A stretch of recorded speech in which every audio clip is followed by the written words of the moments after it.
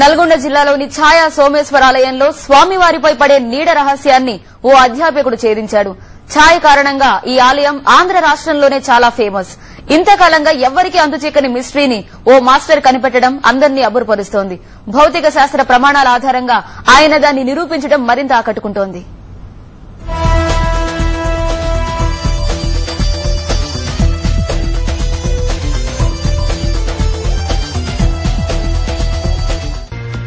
నల్గొండ జిల్లా పానగల్లు 100 ఏళ్ల నాటి సోమేశ్వరాలయం. పగలంతా సోమేశ్వరుడి మీద స్తంభంలా ఓ నీడ పడుతుంది. 100 ఏళ్లుగా ఇదో అద్భుతం.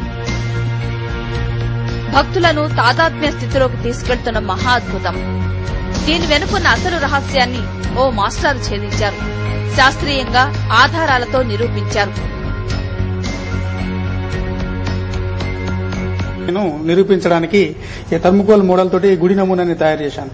ఈ థర్మోకోల్ షీట్స్ తోటి తర్వాత ఆ స్తంభాల స్థానంలో పెద్ద సైజు క్యాండిల్స్ ని వాడి సేమ్ అదే విధంగా వచ్చే విధంగా చేసి ఈ పరిక్షేపక సూర్యకాంతితో ఏకనిశ్చల ఛాయ ఏర్పడే విధంగా శాస్త్రీయంగా నిరూపించడానికి ఈ నమూనా నాకు చాలా సహకరించింది. దీని ద్వారానే రుజువైనటువంటి విషయాన్ని చాలా మంది అంగీకరించడం జరిగింది. అసలు నీడ ఎలా వస్తుంది?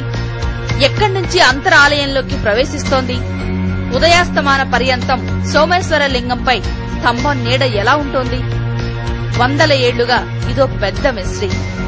100 మంది ఈ రహస్యాన్ని ఛేదించేందుకు విశ్వ ప్రయత్నం చేశారు. కలయో వైష్ణవమాయో కనికట్టో తెలుసుకోలేక చతికిలబడ్డారు.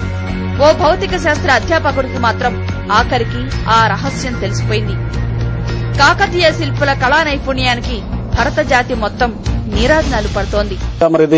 చిత్రకారులకు ఎంతో మంది వచ్చిన చూసినప్పటికీ కూడా ఎవరు కూడా దీని గురించి ఒక మిస్టరీని ఛేదించలేకపోయారు. దాని 800 ఏళ్లుగా కూడా ఇది ఇలాగే ఉండిపోయింది మిస్టరీ అనేది. ఇప్పుడే వారు మరి ఈ మనోహర్ గౌడ్ గారు మరి వాళ్ళు ఎంతో తీవ్రంగా కృషి చేసి మరి ఎన్నో డయాగ్రామ్స్ గీసి వాళ్ళ ప్రయోగాలు చేసి మరి ఇట్లా చాలా నేర్పుగా వారు దాన్ని ఇట్లా తీసుకురావడం జరిగింది. ఇట్లా ఆలయంలో పడుతున్న నీడ రహస్యాన్ని ఓ అధ్యాపకుడు ఛేదించాడు.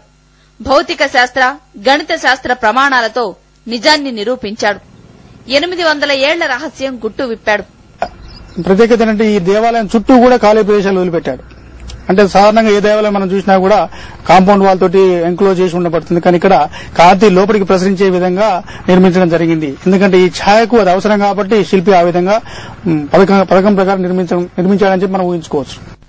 పురాతన దేవాలయాల గురించి, అప్పటి పాలకుల గురించి